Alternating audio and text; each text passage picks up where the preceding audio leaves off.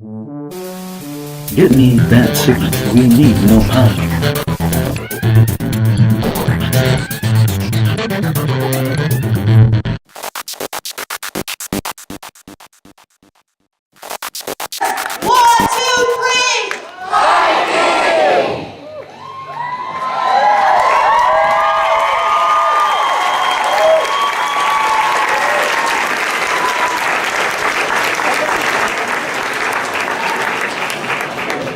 Hello, Chicago.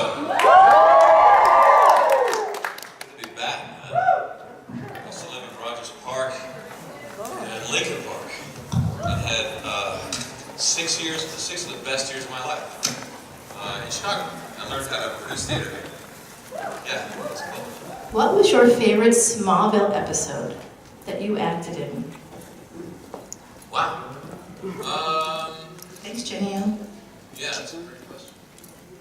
I would say any episode where I wasn't naked or having to film in the Fortress of Solitude. Because that was the hottest set I've ever filmed on in my life. It's supposed to be ice, but it's actually just white plastic. So the sound, the light just bounces around in there and it becomes an easy bake oven. And it was ridiculous because Tom plays a character that's not supposed to sweat. You know, you don't see Superman rings. And I'm playing a robot, but you know, these characters are being played by 2 human beings who are in the easy bake oven, and we're just melting, cracking up. Like, it's ridiculous. Like, how did we even do this? So it would be that. So I guess, you know, my favorite scene would be when we were up in the barn on the 2nd floor. Clark and I are looking at the moonlight, and I'm like, Clark, support the forgive yourself, support the love of the people, Clark. Life is important. Blah, blah, blah. And I'm thinking, I'm going to kill you. So soon, I'm just going to have your life. And that's just, it was fabulous. Yeah. So, Thank you so much. Jacqueline? Thank you. Hey James, I want to take this a little bit of a different direction from your acting and music. I would actually like to know about the graphic novel that you just wrote on Spike and the Digital Light. yeah. Okay, I would love to know where the inspiration came for that, how long you've been working on it, and I would love if you could demonstrate your Spike voice for me. No, I don't do the spy voice anymore. I've moved on with my life. Right? Very cheeky for asking. It's a total fake accent from the beginning. I forgot not to do it. So, moving on.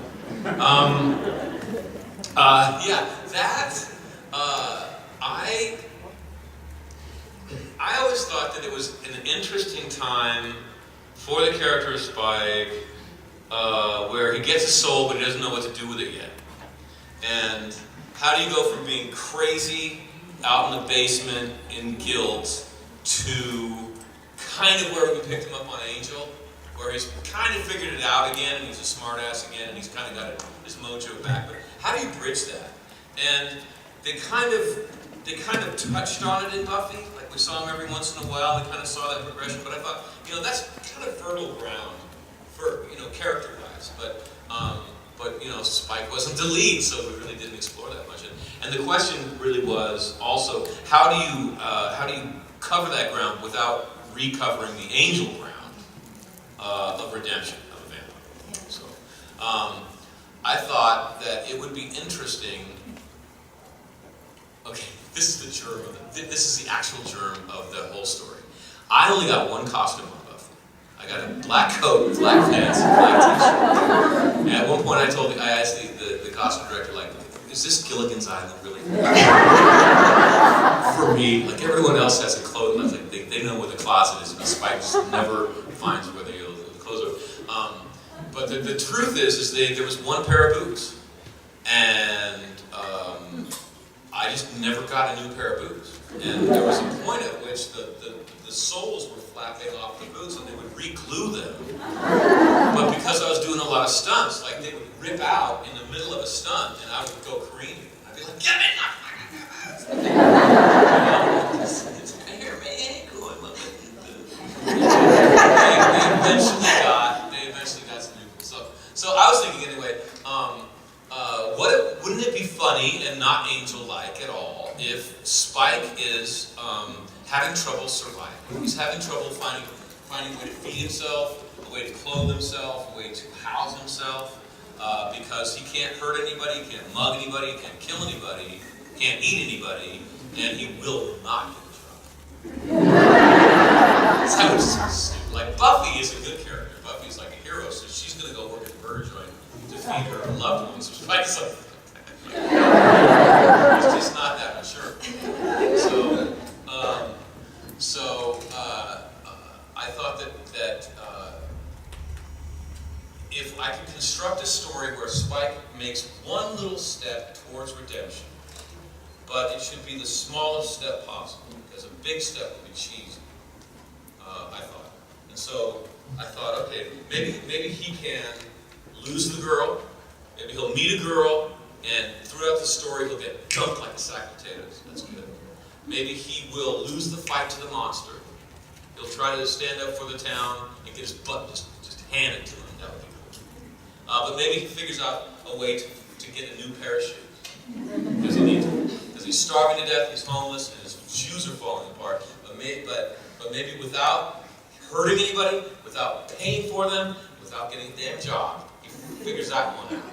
So it takes one small step towards redemption. Small. And Buffy Slayer says, do moms have more fun? Yes, they do. I agree. But they pay for it. Yes, they do. In fact, I don't think that I had enough fun that we're talking about to make the pain worth it. I don't think that it was actually good. No, I hated that. That was the one part. It said on the bottle, don't do this, do this every 6 weeks. Don't do it in less time than that, because it was very unhealthy for everyone involved. And we did it every 8 days. And they would always, the makeup people would always be like, we don't really know if you're going to have what we call hair at the end of this, because they talked me into doing it when I thought I was going to die in 5 episodes. And I thought I could cut it out for 5 episodes, but seriously, if I would have known that it was going to go as long, then I would not have let them do it. Because in the beginning, they said, you're punk rock, so we're going to dye your hair black. And they dyed my hair black. And then they looked at me and they're like, that really looks horrible. That's kind of boring, and you look ugly. And I was like, well, what else can we do? Let's try something different than this. And they said, well, we're so sorry, James, because there's only 2 ways to go if you're really going to go full on punk. And that's jet black or bone white. So bone white hurts. Here we go. And they started bleaching. But yeah, the girls loved it, and it looks great. It's good with my head. It does. But it hurt. I don't even want to go into it. It's gross. It's gross. And it was not the good part of the job. But I would have, pus, blood, chunks of flesh, all this horrible. Anybody? Okay. Who is a dye blonde? Bow down. Bow down to guys. You guys have. Seriously, it takes you have to have the ability to withstand pain if you're going to go for that look. So. My question is pertaining to Buffy. I just wanted to know what you thought as far as, do you think Buffy had stronger feelings for Spike than she did for Angel? Good question. Wow. I don't know, man. I'm not Buffy. God, I've never heard anybody That's ask a good that question. Well, how do you feel? How do you feel about? That's a fair question. I mean, It is. have you had more than one love in your life? Mm-hmm. Have you had more than one person that you've loved deeply? Like, I have. And can you easily identify which one you loved more? Like, what? We have some people that, yeah.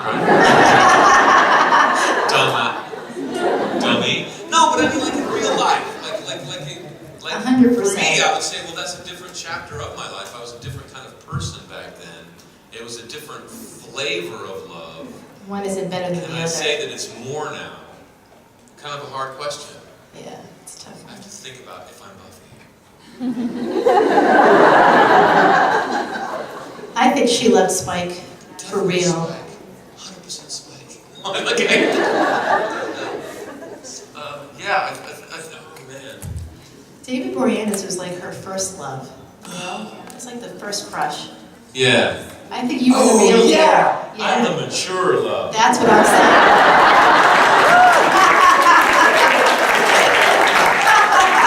She learned so much from Angel. She grew up so well that she fell in love with a psychotic killer. Yes! Happens. I'm not making fun of you, I'm sorry. I think that because the thing is that Joss is continuing to spool these stories out through the comic books. To him, it's as real in the comic books as it was on the screen, on the TV screen. So he's actually, he's doing the characters, he's continuing the story, and I think if you want Spike and Buffy to reunite, you should keep reading those comic books. I think it's in season 10, right? Who's reading the comic books right now? Okay, has it happened yet? Are they bumping the boots yet? No? But I think there is a plan, and plans change. But I think that there's some kind of idea that they might actually end up together. Thank you. Thank you. What a great question. Great answer. I heard you on a podcast within the past year, Skeptic's Guide to the Universe. Oh yes, where I argued for the existence of God on a science show. I'm like such a subversive. I'm like, I have to subvert science. I'm so subversive. No!